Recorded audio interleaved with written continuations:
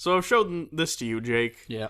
I think I should show all of our fans too. So I don't know if you guys know this, but if you actually type into your browser BibleReloaded.com, that just goes to our YouTube page. Yeah. But if you type in TheBibleReloaded.com it gets and far better. In a new tab, please feel free to do so, you come across Bizarro Bible Reloaded, apparently. Yeah, and a fan brought this up to us, and it's amazing. Yeah, and you're seeing a picture of it right now on the YouTube. And if you'll notice, the text is very similar. There's no spaces in the word, so it's The Bible Reloaded. They don't have a catchy theme song. They don't have two sexually attractive males at the helm. However, they do have a more Christian-y version of our logo. It's literally, they know of us. They have to. There's no way that was an accident. They took the Jesus, but instead of guns, it's the Old Testament and the New Testament, and here's a picture of it so you can see it. Look at how much like our logo it is. Yeah. But more Jesus-y. Unless the guy who made our logo, Chris Cheape, unless he's working for both teams. Which would be brilliant on his part. Yeah, I mean, I don't know what he has to gain. And here's the text actually from the website, which I just find wonderful. Yeah. The Bible Reloaded, God's authentic word, presents positive evidence and undeniable facts. Yeah. The information here is based on historical and modern-day facts. This website is no way connected with the negative website entitled The Bible Reloaded, the Atheist Bible Study Show. For one thing, that's not even really our official title. That's kind of like, he put The Bible Reloaded, the Atheist Bible Study Show. No, it's just The Bible Reloaded, and then that's what we are, an atheist Bible study. And I usually don't put show in it, but he capitalized it anyway, so now that's our new title. What I want to know is if he didn't want to be affiliated with us in any way, why the fuck would he use a logo that's exactly like ours? Yeah. He clearly wants to get some Google hits.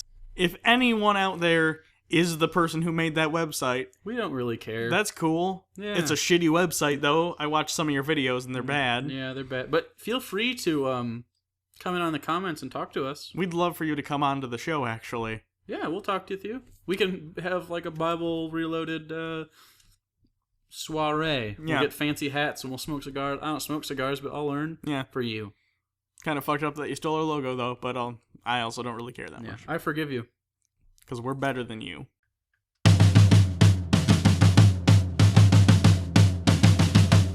La la la la la la la la la la. Here we go. It's the Bible Reloaded, the logic explosion, like Jesus and Moses, but it's Hugo and Jake. The Bible is jaded, and most of it taken, so get educated with Hugo and Jake.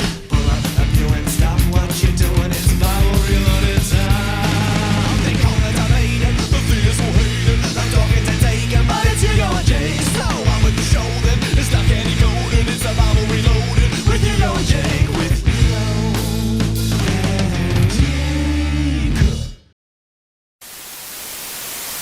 Hello, everyone. I'm Hugo. And I'm Jake. And this is the Bible Reloaded. Yay! So, last time Eli died, and, more importantly, the Ark of the Covenant of Raiders of the Lost Ark fame was stolen by those dirty Philistines. Yes. So, today we're going to see the consequences for the Philistines for stealing God's avatar on this realm.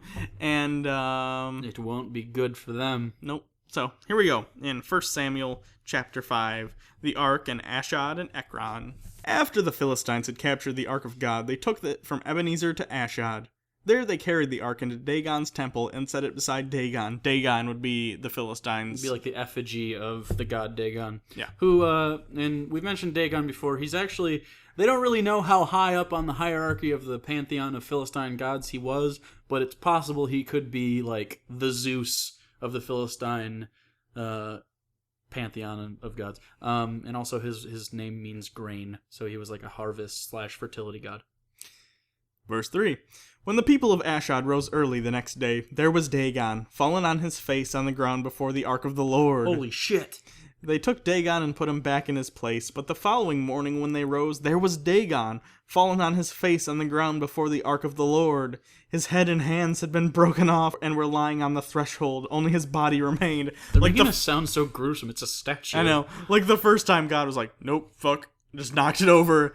They put it back up the second time. He's like, did they not fucking understand me the first time? He's like, the Israelites really usually get my messages quicker than this. I probably shouldn't stay with these people. Nope. I like to think he was considering it. Like, okay, I guess I'm with these people now. But they didn't. They kept trying to get back with Dagon. Why so is, like, why fuck is it. God trapped in this box? He's not trapped, but he's like bound to it. I know. And before people comment, we know he's not, but Shut the fuck up. there's such an importance placed upon it within the book, so shut the fuck up. We're not historians. I'm a historian. Nor is this a historical document. I'm an historian, and I wear a scarf, and I dig up... That's a geologist. Verse 5. That is why, to this day, neither the priests of Dagon nor any other who enter Dagon's temple at Ashad step on the threshold. I know I'm scared when I go to Ashad. I'm like, I'm not going to step on that threshold Nope. because God was involved there somehow. Yeah, and if you guys ever go there, please don't step within the threshold. You'll be knocked over. The Lord's hand was heavy on the people of Ashad and its vicinity. What's its vicinity? This is a rough area around. He brought devastation on them and afflicted them with tumors. Yeah. God damn it, that's fucked up. We've seen God kill with water and fire and even sudden death. Never just like, how about cancer, guys? Let's go cancer. It's terrible. I know. Also, in different translations like the Vulgate, it says, not only tumors, and rats appeared in their land, and there was death and destruction throughout the city. And rats will come in later, so I guess that's important. When the people of Ashad saw what was happening, they said, the ark of the God of Israel must not stay here with us, because his hand is heavy on us, and Dagon, our God. So they called together all the rulers of the Philistines and asked them, what shall we do with the ark of the God of Israel? They answered, have the ark of God of Israel move to Garth. Garth. Party on, Wayne. Stupid. Party on, Gath. So dumb. Have the ark of Israel move to Gath. So they moved the ark of the God of Israel. Fuck Gath, apparently. I don't know what Gath has been doing to incur the rage of the rest of the Philistines, but they're on the shit list. Well, yeah, I think it's because they decided to name their city what sounds like a very painful venereal disease. Shit, dude, I got Gath. Oh, so your dick is flaky. Yeah. Flaky dick. Gath.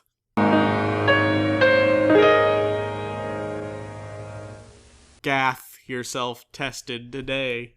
I fucking hate you. That's so stupid. Verse 9.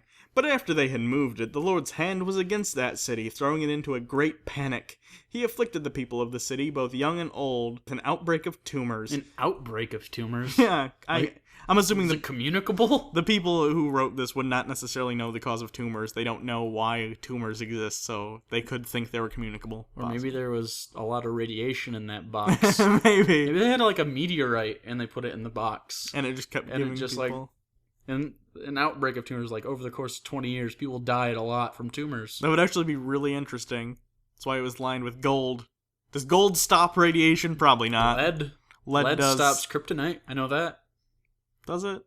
Why does Superman wear a kryptonite vest? He can never get stabbed by kryptonite blades ever again. You mean why doesn't he wear a lead vest? What'd I say? Kryptonite vest? Well, I know why he doesn't wear I'll tell you where he doesn't wear a kryptonite vest, because he doesn't want to die. Why doesn't Superman wear a lead vest? Or lead suit, for that matter. He could make it. He could take lead and form it around and make lead armor, and then kryptonite is no longer an issue. Or maybe he likes the challenge. Maybe he's like, it's the only thing they can use against me. Yeah. And apparently I'm always blindsided by, holy shit, is that kryptonite?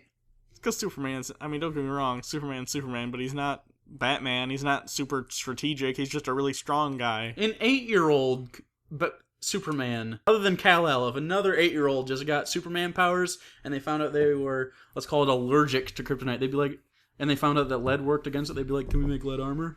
I'd like to point out that we're now at a point, apparently, where Jake can use $20 bills for fucking coasters. He's literally drinking an energy drink and placing his drink on the $20 bill when he's not drinking it. It was more of an OCD thing, but let's pretend I'm a baller. Okay. Whatever. I was covering his, I don't know. Don't worry about it. Now I'm self-conscious. Get out of here, Andrew Jackson. You're not wanted. Verse 10. So they sent the ark of the Lord to Ekron, because, again, fuck Ekron, apparently. As the ark of the Lord entered Ekron, the people of Ekron cried out, they have brought the ark of the God of Israel around to kill us and our people. Yeah, probably. Couldn't they have just left it in the desert? Why did they keep having to hold on to it? Well, because if you leave it in the desert, then someone else will get it. I guess. It's like Jumanji. You gotta make sure other people don't get their hands on it. Do you think at any point Robin Williams will come out and just start running away from a lion God. and the guy with a sniper rifle, who is actually his dad, guys? I found that out like a year ago. Really? I watched Jumanji. The sniper rifle guy is who plays his dad. Yeah, I only realized that like a year ago, and I was like, oh, that makes so much more sense now. Yeah, because he's... Yeah. It's like I didn't get that. I didn't get that. Jumanji. That's deep, man. It's deep. Anyway, the Bible, because that's what the show is. I forgot. So they called together all the rulers of the Philistines and said, "Send the ark of the God of Israel away. Let it go back to its own place, or it will kill us and our people." For death had filled the city with panic. God's hand was very heavy on it. Those who did not die were afflicted with tumors, and the outcry of the city went up to heaven. So moral of the story, God gives people cancer. I'm more confused as to, because they explained in the previous chapter from the last episode that they had the Hebrews had the Ark of the Covenant, but it didn't protect them like it's apparently supposed to. No, they got fucked up. But now that it's in the enemy hands, Well, maybe God was sitting there and he was like, "Man, I'm really sick of these fucking Israelites. All they do is bitch. I'm gonna let them lose this time, and maybe a new group will take me and."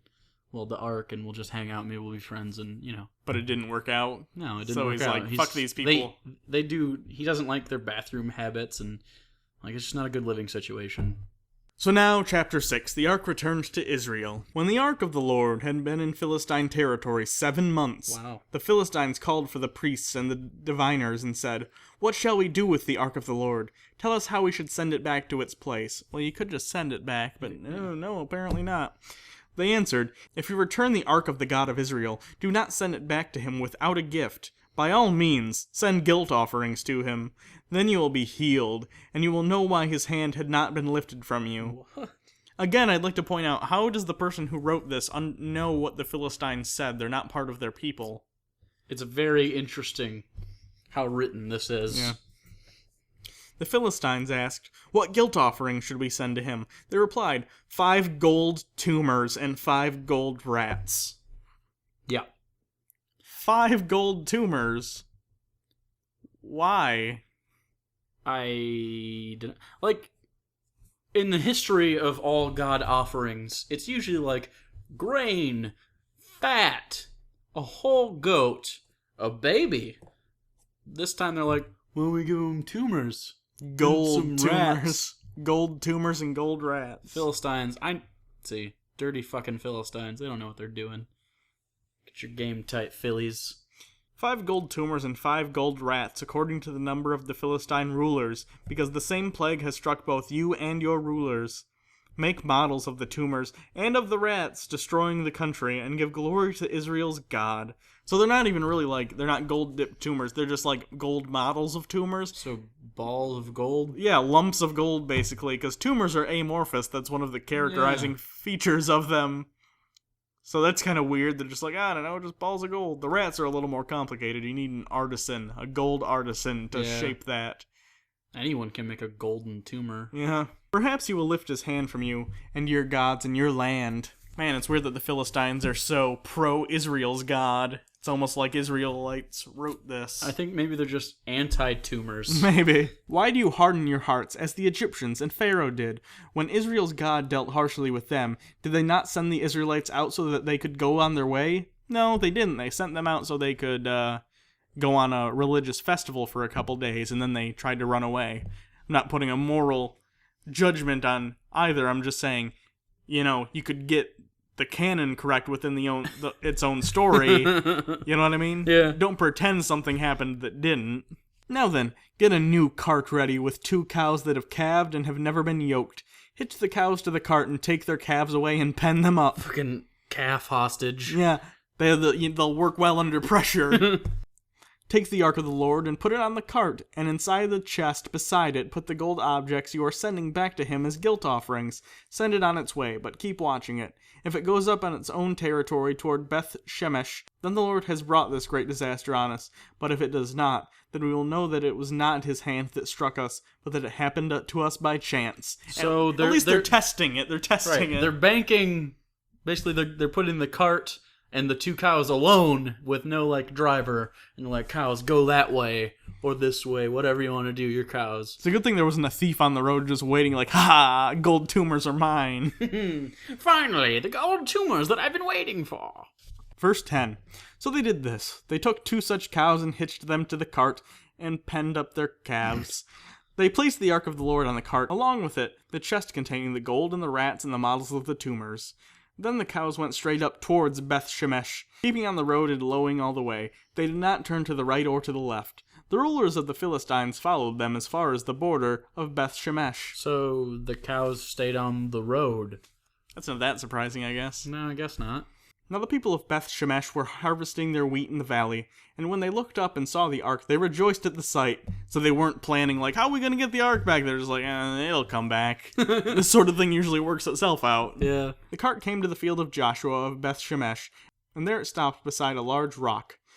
So whoever wrote this was like, I better remember this stopped next to a large rock. The people chopped up the wood of the cart and sacrificed the cows as burnt offerings to the Lord. Those poor cows. These cows probably got there stopped next to the rock. They're like, can we see our children now? Oh my god, what are you doing with that sharp object? And then they killed them and burned them. Yeah.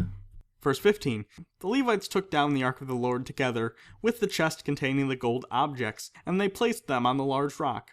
On that day the people of Beth Shemesh offered burnt offerings and made sacrifices to the Lord. The 5 rulers of the Philistines saw all this and then returned that same day to Ekron. They have solid sight that they can see that far and all this taking place. Were their borders like right there next to each other and they were standing like 20 feet away? Yeah. The Sarah Palins of the ancient world. They can see see them right over there. Right. Just doing stuff. Doing stuff. Verse 17. These are the gold tumors the Philistines sent as guilt offerings to the Lord. I'm impressed that they looked at these lumps of gold and said, oh, tumors, right? Tumors, duh. Obviously. I don't know what these other things are. 1 each for Ashdod, Gaza, Ashkelon, Gath, and Ekron.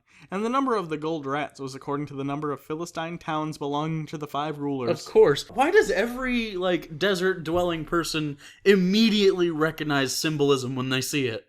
Fiction. The fortified towns with their country villages, the large rock on which the Levites set the Ark of the Lord is a witness to this day in the field of Joshua of Beth Shemesh. So the large rock is apparently proof that this happened. So people at some point probably went, yes, son, I was there on that day. See that large rock? Now you know it happened. It's just a large rock, Dad. See the rock! Yeah, you're like 800 years old. It's just a rock. I think you're going crazy. We need to put you in a home. I am home. Shut up, Dad, you're a burden. Verse 19. But God struck down some of the inhabitants of Beth Shemesh, putting 70 of them to death because they looked into the ark of the Lord. So they apparently were like, I've always wondered what's inside this thing. I've never had a chance to get this close. Looked inside, saw presumably the 10 Commandments, Moses' staff, and some dried up manna, and were like, I'm dead now. The people mourned because of the heavy blow the Lord had dealt them, and the people of Beth Shemesh asked, who can stand in the presence of the Lord, this holy God? To whom will the ark go up from here? Then they sent messages to the people of Kiriath Jearim, saying, the Philistines have returned the ark of the Lord. Come down and take it up from your town. So the men of Kiriath Jearim came and took up the ark of the Lord. They brought it to Abinadab's house on the hill, and consecrated Eleazar, his son, to guard the ark of the Lord. The ark remained in Kiriath Jearim a long time, 20 years in all. It's so interesting how much time spans each paragraph. You just never know. Yeah, you're like, is this going to be all in a week, or is this going to be 50 years later? This is we are covering so much. It's like taking the fastest survey class of history ever. So this was written at the very least 20 years after the events supposedly took place. 20 years, 7 months. At least, yeah. And then the story continues from there. It was all one document, so yeah. I know it's longer because we get into more of Samuel and what happens after that. David. So all of this takes place much later than the story supposedly happened. So then, finally, we end with Samuel subdues the Philistines at Mitzvah. Oh yeah, Samuel's in this, remember? 1 Samuel, it's about him. I forgot. Then all of the people of Israel turned back to the Lord. So Samuel said to all of the Israelites, If you are returning to the Lord with all of your hearts, rid yourselves of the foreign gods and the Ashtoreths, and commit yourselves to the Lord, and serve him only. And he will deliver you out of the hands of the Philistines. So the Israelites put away their Baals and Ashtoreths, and served the Lord only. You know, those two other gods that exist. Then Samuel said, "Assemble all Israel at Mitzvah, and I will intercede with the Lord for you." So as you can see, we're getting out of the judges' era of there being no leader. Samuel is taking place and saying, "I will be the intermediary between you and the Lord," because there hasn't been one for quite a while. Yeah. Not a serious one, you know what I mean? Like Moses, I would consider a serious one. Yeah. He was down to business. Yeah. He climbed into volcanoes and shit. Verse 6, When they had assembled at Mitzvah, they drew water and poured it out before the Lord. On that day they fasted there. They confessed, "We have sinned against the Lord." Now Samuel was serving as leader of Israel at Mitzvah. When the Philistines heard that Israel had assembled at Mitzvah, the rulers of Philistines came up to attack them. So did they not remember that? Oh yeah. That thing gave us tumors. Yeah. Maybe they're like, we want it back, damn it. The tumors turned out to not be that bad. They were actually made of gold. We didn't even have to make gold ones. Now we're rich. When the Israelites heard of it, they were afraid because of the Philistines. They said to Samuel, "Do not stop crying out to the Lord our God for us, that he may rescue us from the hand of the Philistines." Or, train. Get your warriors ready. Then Samuel took a suckling lamb and sacrificed it as a whole burnt offering to the Lord. Did he pull it right off the teat? Like it still had milk on its shin? I'd like to think so. He cried out to the Lord on Israel's behalf, and the Lord answered him. He said, "No, fuck you." No, that's not what he said. So dumb. Verse 10. While Samuel was sacrificing the burnt offering, the Philistines drew nearer to engage Israel in battle. But that day, the Lord thundered with loud thunder. Okay, thesaurus time. I know, right? The Lord thundered with loud thunder against the Philistines and drew them into such a panic that they were routed before the Israelites. The men of Israel rushed out of Mitzvah and pursued the Philistines, slaughtering them along the way to a point below Beth-kar, because there's nothing more righteous than slaughtering your enemy as they're retreating. Then Samuel took a stone and set it between Mitzvah and Shen. He named it Ebenezer, saying, "Thus far the Lord has helped us." What? What's the stone do? It's just a reminder. Well, it's gonna move. Ebenezer means a stone of help. So it's a helpful Why stone. is there a word for a stone of help? Ebenezer. So dumb. Verse 13. So the Philistines were subdued and they stopped invading Israel's territory. Were they doing that? They never really said what the war was about. They're Philistines and they're Israelites, and, when people are different, you gotta hurt them. Throughout Samuel's lifetime, the hand of the Lord was against the Philistines. The towns of Ekron to Gath that the Philistines had captured from the Israel were restored to Israel. And Israel delivered the neighboring territory from the hands of the Philistines, and there was peace between Israel and the Amorites. So wait a minute. Fuck those Philistines for taking our land, but then it was alright because they gave back our land, and then we took more of their land. Telling you, man, they're a different shade of tan. Samuel continued as Israel's leader all through the days of his life. From year to year, he went on a circuit from Bethel to Gilgal to Mitzvah, judging Israel in all those places, but he always went back to Ramah, where his home was. And there he also held court for Israel, and he built an altar there to the Lord. So now Samuel goes around and Does judgy things. Make sure the Israelites are doing things according to Old Testament law and make sure they're worshiping the right God. Yeah. But he always goes home. Israel is the Enterprise, Samuel is Picard, and home is the cockpit or the bridge. Well, the bridge, but also like his ready room. It's called a ready room. The room he stays is called the ready room? No, his office is the ready room. Oh, but he also has this place that he goes and he just has a room. He writes and he that's his where he has the desk and Riker sometimes talk to him. That's his ready room. Bedroom? No. Anyway, that's the episode. So, thanks everyone for watching. Yeah! We're making one change. It's on our Patreon page. People that have gotten t-shirts, sorry, they're coming, I promise. We had an issue. We're resolving it. It's gonna be okay. I promise. You're gonna get a little bit extra stuff too because we fucked that up a little bit. But we're taking t-shirts off our Patreon thing, and it's for two reasons. One reason, it's actually kind of expensive to send shirts to everyone that wants one individually. and we kind of didn't think that through so much. We kind of just wanted you guys to be able to get shirts. And another reason, because we're doing a different thing with the Bibles, where the $12 donations, you're going to get signed TBR Bibles, and we'll put like some TBR stuff in there, like a card or whatever. But then if you get the $15 one, we'll annotate a lot of it for you, so it's kind of like it looks like the insides of ours, and it'll be funny, and you'll have a good time with that. Yeah. So $15 will get annotated Bibles from now on, and then we're also going to be doing a T-shirt. It's called Teespring, and some of you have probably heard of it. Basically, it's the best way we found to get you guys the cheapest shirts, and people are asking me for shirts all the time. So what we're gonna do is we're gonna make a thing, and you guys can just click on it at the end of episodes during the time that we run it, and for a limited time we'll have a very limited number of shirts. You guys can buy shirts for we're looking at about $15, which is a lot cheaper than Zazzle's. Oh, it's so cheap. $15 is cheap for any shirt now. That's not bad. Yeah. That's a pretty good price. I'll probably actually buy another one just so I can give it to someone for no reason. So you guys can go. You'll be able to buy shirts pretty soon for really cheap for a limited time. And again, there will probably only be we might only print 100.